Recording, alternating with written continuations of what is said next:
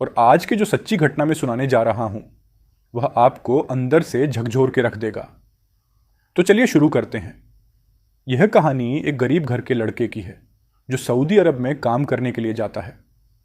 वह अपने मालिक के घर पर काम करता था और रात को वहीं सोता था। एक रात करीब 1 बजे उसकी मालकिन उसके पास आती है और साथ जबरदस्ती शारीरिक संबंध बनाने लगती है।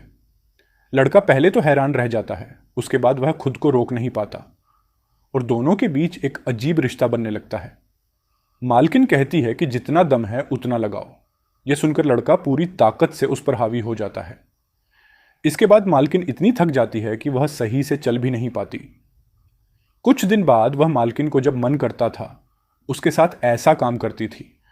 एक दिन ऐसा करती है उसके साथ जो देखकर आपकी आंख फटी की फटी रह जाएगी। तो दोस्तों, यह सच्ची और हैरान कर देने वाली घटना को बताने से पहले आपसे एक छोटी सी गुजारिश है। अगर आप हमारे चैनल पर नए हैं तो चैनल को सब्सक्राइब जरूर करें और अगर आप पहले से जुड़े हुए हैं तो इस वीडियो को लाइक और कमेंट करना ना भूलें। चलिए अब कहानी को समझते हैं दोस्तों। यह घटना मेरठ की है, जो मेरठ में एक गरीब परिवार रहा करता था। परिवार के मुखिया का नाम जगदीश था और उसकी पत्नी का नाम उर्मिला था। इन दोनों की एक ही संतान थी जिसका नाम राघव था। दोस्तों, राघव जो होता है बेहद गरीब घर का लड़का था। उसके माता पिता के पास बिल्कुल भी जमीन नहीं थी। मेहनत मजदूरी करने के बाद वह अपने घर का गुजारा चला रहे थे। राघव के पिता जगदीश हर वक्त अपने बेटे राघव को पढ़ाने की कोशिश करते ताकि वह पढ़ लिख कर एक सरकारी नौकरी पा सके और अपने घर की स्थिति को संभाल सके, अपने जीवन को बेहतर बना सके। लेकिन राघव दिन रात मेहनत करने के बाद भी किसी सरकारी नौकरी उसे नहीं मिल। अब वह दिन रात परेशान रहने लगता है और वह एक होटल में 7,000 की नौकरी करने लगता है। वहां पर वेटर का काम करता है। तकरीबन 12 घंटे वह वेटर की नौकरी किया करता था। तब जाकर एक महीने में उसे 7,000 मिला करते थे। इस 7,000 से वह कुछ रुपए जोड़ जोड़ कर तकरीबन 40 से 50 हज इकट्ठे कर लेता है। अब वह अपने एक दोस्त के पास जाता है जिसका नाम सुशील होता है। वह कहता है कि भाई, मुझे वहां पर वेटर की नौकरी करते समय बहुत ज़्यादा मेहनत करनी पड़ती है, 12 घंटे काम करना पड़ता है। क्यों ना मुझे तुमको ऐसा उपाय बता दो जिससे कि मैं कोई बिजनेस कर सकूं। मेरे पास से 40,000 हज़र मैंने इकट्ठे कर लिए हैं। दोस्तों, सुशील जो होता है वह कहता है कि 40,000 में तू भला कौन सा बिजनेस कर सकता है। अरे यहाँ पर लाख भी हो तो भी बिजनेस करना बहुत मुश्किल पड़ रहा है और तू 40,000 में बिजनेस करना चाहता है। दोस्तों, ये बात सुनकर राघव एकदम से निराश हो जाता है। कहता है कि भाई, अब तू ही बता। मेरे पिता की पूरी उम्र मजदूरी करते हुए निकल गई है। अगर मैं उनके लिए कुछ नहीं कर पाया तो फिर मेरा जीवन बिल्कुल ही बर्बाद चला जाएगा। मैं इतना ज़्यादा गरीब हूं कि अगर मैं शादी कर लूं तो अपनी पत्नी को 2 समय का भोजन भी नहीं दे पाऊंगा। भला कौन लड़की मुझसे शादी करेगी। दोस्तों, जब यह बातें राघव का दोस्त सुशील सुनता है तो वह भी थोड़ा सोचने पर मजबूर हो जाता है। वह कहता है कि भाई, तेरी गरीबी मिटाने का सिर्फ एक ही उपाय है। या तो तू कहीं पर बहुत बड़ा चोरी कर ले, बहुत बड़ा डाका डाल ले, या फिर तू सऊदी अरब चला जा। सऊदी अरब में अगर तू मजदूरी भी करने लगा ना तो तेरे पास ढेर सारा रुपया आएगा। दोस्तों, जब यह राघव अपने दोस्तों सुशील की इन बातों को सुनता है तो एकदम से हैरान रह जाता है।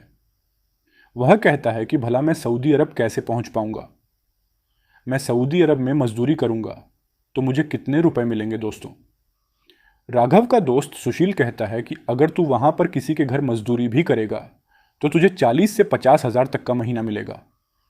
दोस्तों, जब राघव ने यह सुना कि सऊदी अरब में इतनी ज़्यादा मजदूरी मिलती है तो वह उसी वक्त सऊदी अरब जाने का विचार करने लगता है।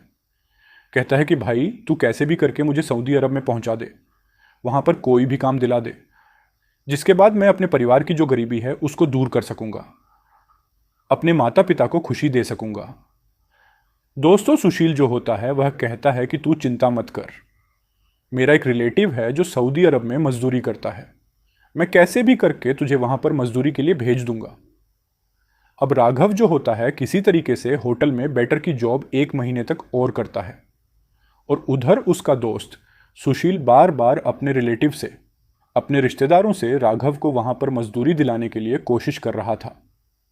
तकरीबन 1.5 से 2 महीने बाद ही वह समय भी आ जाता है जब सुशील एक व्यक्ति से बात करके राघव को सऊदी अरब में नौकरी दिलवा देता है और उसे सऊदी अरब में एक शेख के यहाँ पर मजदूरी के लिए भेज देता है। सऊदी अरब में जब जाता है वहाँ एक शेख होता है जिसका नाम आरिफ होता है। उसके यहाँ पर मजदूरी करने लगता है। शुरू में तो उसके घर के झाड़ू पूछा करता था और घर का देखभाल करता था। कुछ महीना बाद उसका ड्राइवर बन जाता है, क्योंकि राघव पहले भी गाड़ी वगैरह को चलाने का बहुत ज़्यादा शौकीन था। तकरीबन 4 से 5 महीने गुजर जाते हैं।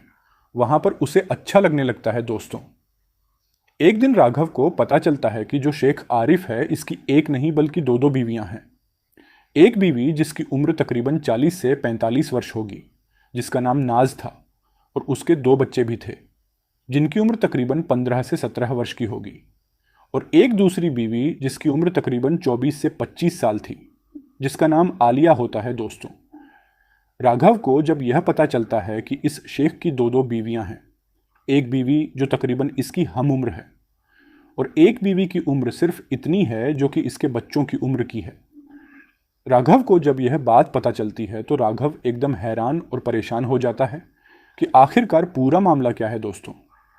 शेख आरिफ जो होता है वह राघव से कह देता है कि खबरदार, अगर तूने मेरी दूसरी बीवी आलिया के बारे में मेरी पहली बीवी नाज या मेरे बच्चों को बताया तो तेरे लिए ठीक नहीं होगा।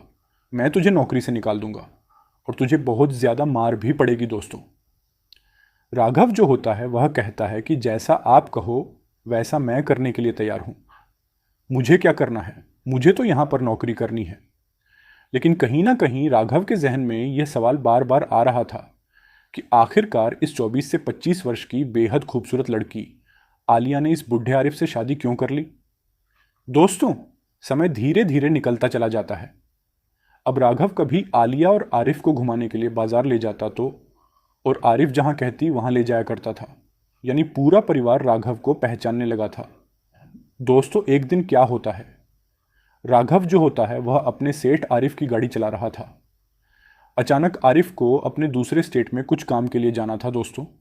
इधर जो शेख आरिफ की दूसरी पत्नी थी जिसका नाम आलिया था, वह सिर्फ शेख आरिफ के साथ ही बाहर जाया करती थी, वरना वह घंटे अपने आलीशान मकान में अकेली रहा करती थी। अब आरिफ को किसी पर भी इतना भरोसा नहीं था कि वह अपनी बीवी को किसी और के साथ बाजार या किसी अन्य ज़रूरत की चीज़ों को खरीदने के लिए भेज सके, क्योंकि आरिफ ने उसे ज़माने की नज़रों से छुपा करके रखा था। आरिफ शेख जब दूसरे स्टेट में अपने बिजनेस के काम के लिए जाता है तो तकरीबन उसे 7 दिन के लिए जाना था। भाई इधर राघव से बोल देता है कि राघव, तुम अब मेरी दूसरी पत्नी नाज के पास मत जाना। 7 दिन के लिए तुम्हें मेरी इस आलिया नाम की पत्नी के घर पर रहना है और इसका पूरा ख्याल रखना है। जो भी चीज़ की इसे ज़रूरत हो उस ज़रूरत का ख्याल रखना और ध्यान रहे कोई भी ऐसी गलती मत कर देना जिससे नाराज़ हो जाए, क्योंकि मैं इससे बेइंतहा प्यार करता हूं दोस्तों। राघव जो होता है वह कहता है कि सेठ जी, आप चिंता मत कीजिए, जैसा भी आप कहोगे वैसा मैं करने के लिए तैयार हूं। आप आराम से अपने बिजनेस के काम से जा सकते हो दोस्तों। शेख आरिफ जो होता है वह आलिया को समझा देता है कि इस ड्राइवर से ज़्यादा मुंह मत लगना, सिर्फ ज़रूरत के लिए ही इससे बुलाना, और यह तुम्हारे कमरे के बाहर एक कमरा बना हुआ है, वहाँ पर 24 घंटे उपलब्ध रहेगा। किसी भी चीज़ की तुम्हें ज़रूरत हो तो इसे तुरंत बुला लेना। दोस्तों, आलिया जो होती है पहले से ही राघव को पहचानती थी। इधर शेख आरिफ तो अपने बिजनेस के काम से चला जाता है। अब इधर उस आलीशान मकान में सिर्फ आलिया और राघव ही बचे थे। तो दोस्तों, पहले पहले दिन तो आलिया को जो कुछ भी काम होता है वह राघव को बता देती है और दोनों एक दूसरे से दूर दूर रहते हैं। लेकिन जब दूसरा दिन होता है तो दोनों काफ़ी आसपास घूमने लगते हैं।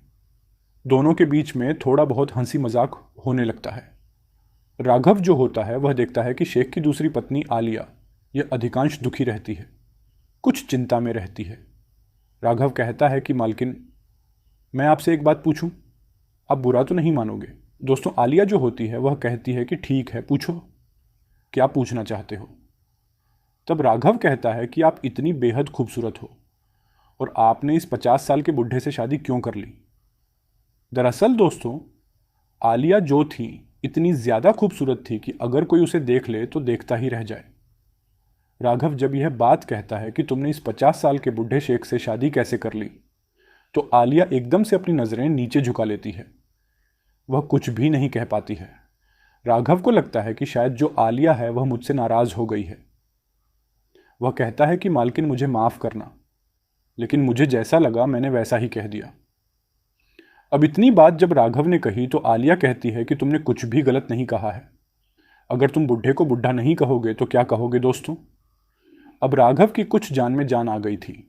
राघव को लगने लगा था कि शायद उसने जो कुछ बोला है वह उसकी मालकिन आलिया को अच्छा लगा। अब राघव कहता है कि मालकिन, जब आप इस बात को जानती हो तो आप अपनी कहानी बताओ। आखिरकार ऐसी क्या मजबूरी थी कि आपने इस दुगनी उम्र के 50 साल के बुढ़े से शादी कर ली? आप इतनी खूबसूरत नौजवान हो, कोई भी व्यक्ति आपसे शादी करने के लिए तैयार हो जाएगा। आखिरकार पूरी बात क्या है दोस्तों? आलिया जो होती है वह कहती है कि मैं तुम्हें यह नहीं बता सकती। राघव कहता है कि मालकिन, आखिर क्या बात है, आप क्यों नहीं बता सकती? आलिया कहती है कि भला बताने से क्या होगा, अगर मैं तुम्हें बता भी दूंगी तो मेरे साथ जो कुछ हो चुका है क्या वह बदल जाएगा? राघव कहता है कि बताने से दिल का बोझ कम होता है। अगर आप मुझे अपना दोस्त मानते हो तो मुझे बताओ कि आपके साथ क्या हुआ, ऐसी क्या मजबूरी थी जो आपको 50 साल के बुढ़े के साथ शादी करनी पड़ी दोस्तों?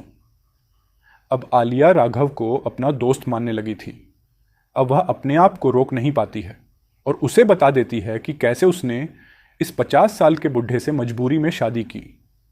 दोस्तों, आलिया जो होती है उसी सऊदी अरब में एक गरीब परिवार में जन्म हुआ था और उसके पिता इस शेख आरिफ के यहाँ पर होटल में वेटर का काम करते थे। शेख आरिफ ने आलिया के पिता को काफ़ी कर्जा दे रखा था। आलिया के पिता बहुत मेहनत मजदूरी करने के बाद भी शेख आरिफ के कर्जे को चुकता नहीं कर पा रहे थे। एक दिन की बात है, शेख आरिफ अपने उस नौकर यानी आलिया के पिता के घर पर जाता है। जब वह आलिया को देखता है तो देखकर ही उसका दीवाना हो जाता है, उसे अंदर ही अंदर चाहने लगता है। उसी दिन शेख आरिफ आलिया के पिता से बात करता है कि अगर तुम कर्जे से मुक्त होना चाहते हो तो तुम अपनी बेटी आलिया का विवाह मेरे साथ कर दो और मैं इसे हमेशा खुश रखूंगा और तुम्हें भी किसी चीज की कमी नहीं होने दूंगा। दोस्तों, आलिया के पिता बेहद गरीब थे, इसलिए इतने बड़े घर का रिश्ता वो ठुकरा ना सके। आखिरकार उनके सर पर बहुत सारा कर्ज जो था, आलिया को शेख आरिफ बिल्कुल भी पसंद नहीं था। ना ही वह शेख आरिफ से विवाह करना चाहती थी, लेकिन गरीबी के चलते वह शेख आरिफ से विवाह कर लेती है।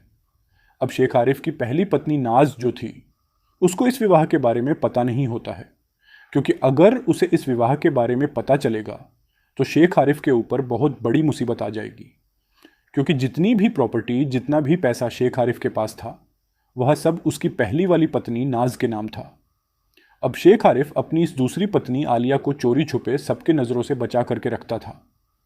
किसी को भी पता नहीं था कि शेख आरिफ का दूसरा विवाह हो चुका है। आलिया अपनी पूरी कहानी राघव को सुनाती है तो आलिया की आंखों से आंसू बहने लगते हैं।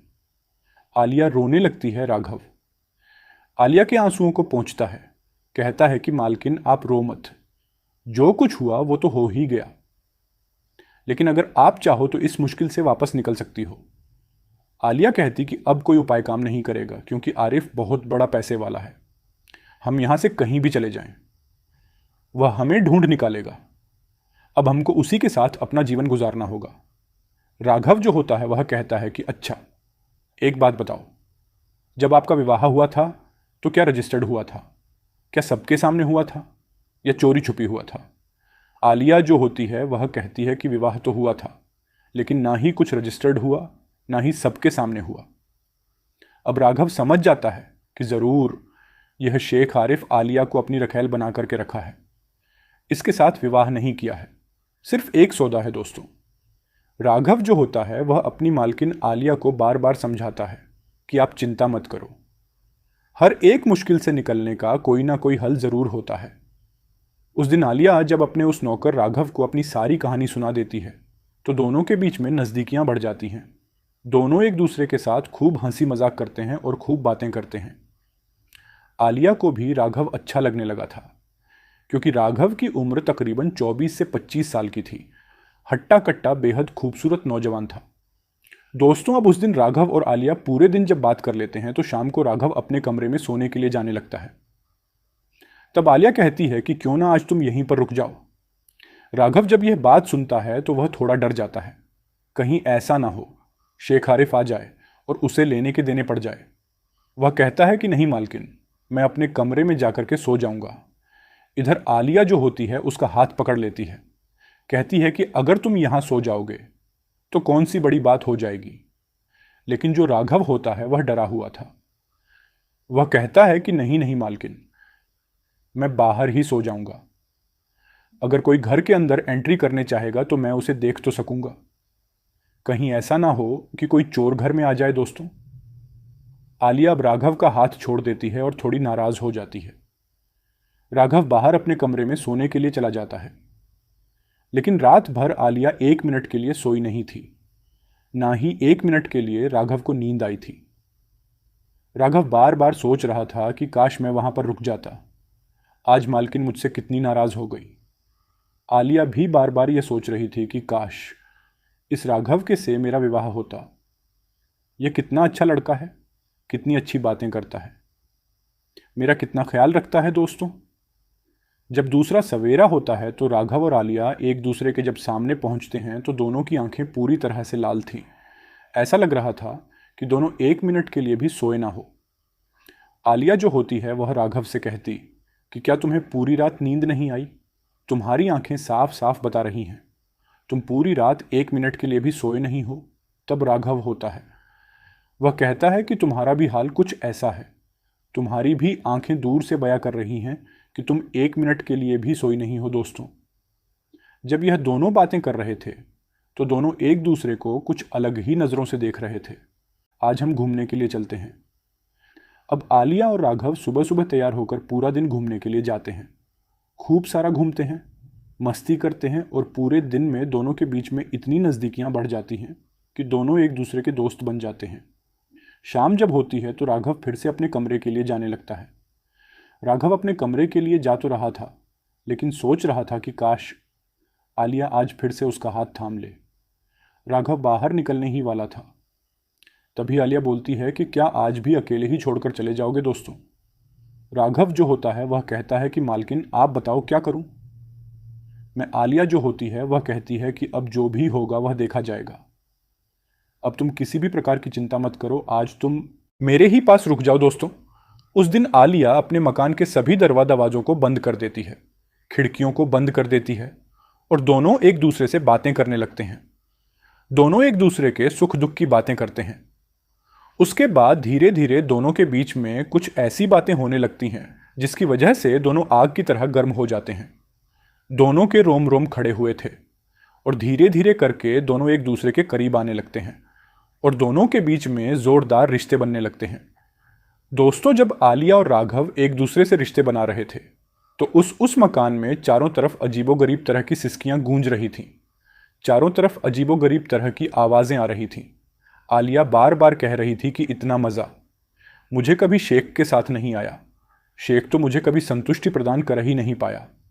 तुम्हारा तो बहुत बड़ा है। इस तरीके की बातें उस दिन आलिया उस राघव के साथ कर रही थी। राघव भी आलिया का भरपूर साथ दे रहा था। उस समय ऐसा लग रहा था कि जैसे दोनों वर्षों के प्यासे हों, हजारों वर्ष बाद दो प्रेमी मिले हों। उस दिन आलिया और राघव पूरी रात एक दूसरे के साथ जोरदार रिश्ते बनाते हैं। आलिया जब सुबह हो जाता है तो आलिया और राघव एक दूसरे से दूर हटने का नाम ही नहीं ले रहे थे। अब आलिया और राघव दोनों एक दूसरे से वादे कर देते हैं, कस्में खा लेते हैं कि अब वह एक दूसरे से जुदा होकर के नहीं रहेंगे, एक दूसरे से दूर नहीं रह पाएंगे। दोस्तों, अब 4 से 5 दिन बीत चुके थे, अब सिर्फ 1 से 2 दिन ही बचे थे सिख आरिफ के आने के। दोस्तों, इसी तरीके से राघव और आलिया को एक साथ रहते रहते 4 से 5 दिन बीत जाते हैं। 6वां दिन जब होता है तो राघव और आलिया एक साथ सोए हुए थे। दोनों के शरीर पर कोई भी कपड़े नहीं थे। दोनों एक दूसरे का भरपूर साथ दे रहे थे। तभी आलिया जो होती वह कहने लगती कि आज तो ठीक है, लेकिन कल मेरा पति वह शेख आरिफ आ जाएगा, फिर उसके बाद तुम मेरे नज़दीक भी नहीं आ सकते और मैं तुमसे दूर होकर के रह नहीं सकती। अगर तुम मेरे पास रोज़ नहीं आए, अगर मैं तुम्हारे साथ रोज़ रिश्ते ना बना सकी, तुम्हें देख ना सकी, तो मैं जहर पीकर अपनी जान दे दूंगी। दोस्तों, राघव जो होता है वह कहता है कि ऐसी गलती कभी मत करना, मैं भी तुम्हारे बगैर जी नहीं पाऊंगा, लेकिन क्या करूं, मैं बहुत गरीब हूं, मेरे पास इतना भी पैसा नहीं है कि मैं यहाँ से घर जा सकूं, क्योंकि मेरा पासपोर्ट सारे डॉक्यूमेंट तुम्हारे पति शेख आरिफ ने जमा कर लिए हैं। मेरे पास एक फुटी कौड़ी नहीं है। आखिरकार मैं करूं तो क्या करूं? दोस्तों, तब जो आलिया होती है वो कहती है कि तुम चिंता मत करो। अगर तुम मुझसे सच्चा प्रेम करते हो, अगर तुम मुझे अपनी पत्नी बनाना चाहते हो तो चलो, मैं तुम्हें यहाँ से भारत ले चलती हूँ। तुम मुझे भगा करके भारत ले चलो। जितने भी पैसे तुम्हें चाहिए, तुम्हारे पासपोर्ट वगैरह सारा कुछ मेरे पास है, क्योंकि शेख आरिफ बहुत सारा पैसा मेरे पास रखता है, और तुम्हारे जो डॉक्यूमेंट है वो भी उसने मेरे पास रखे हैं। दोस्तों, ये बात जब राघव सुनता है तो कहीं ना कहीं वह बहुत खुश हो जाता है। अब राघव यह सब बातें भूल चुका था कि उसे यहां पर पैसा कमाना है। अब सिर्फ उसे यही लग रहा था कि उसे तो आलिया को अपनी पत्नी बनाना है, क्योंकि दोनों प्यार में चूर हो चुके थे।